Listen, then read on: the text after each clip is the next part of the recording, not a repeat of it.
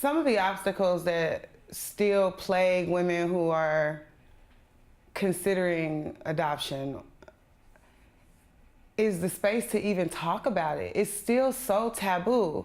And for me, I cannot not lay culture on top of that.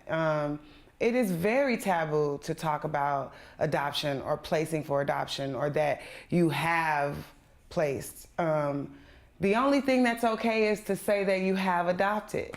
And that's the biggest oxymoron. If it's not okay to talk about placing a child for adoption, how do you celebrate that somebody has adopted a child? It's just this weird disparity. And I've heard it a million times. You gonna give your baby up?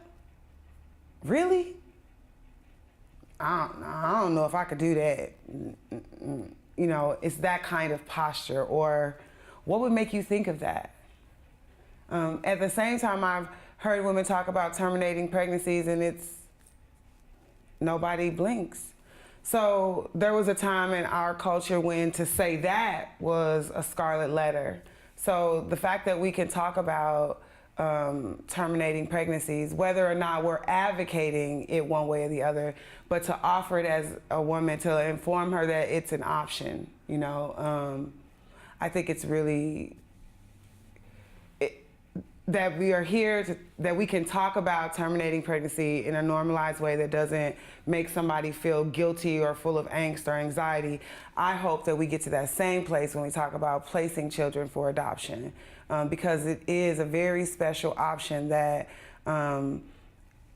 it's not that there's all these perfect endings, but life is messy. There are no straight roads to success, and it's always a process. And parenting is difficult whether you're a birth parent or an adoptive parent or a foster parent or a surrogate parent. It doesn't matter. The word parent in and of itself comes with inherent difficulties, but it's a rich journey that each family embarks on, and everybody has a right to. And if a woman is considering placing for adoption, she should be able to talk about that, to explore that, ask questions, and not be okay, and not be judged by it, have it have some negative stigma. And I hope we get to that place, because then a lot more women will make, I think, that choice in those circumstances when it's normalized as another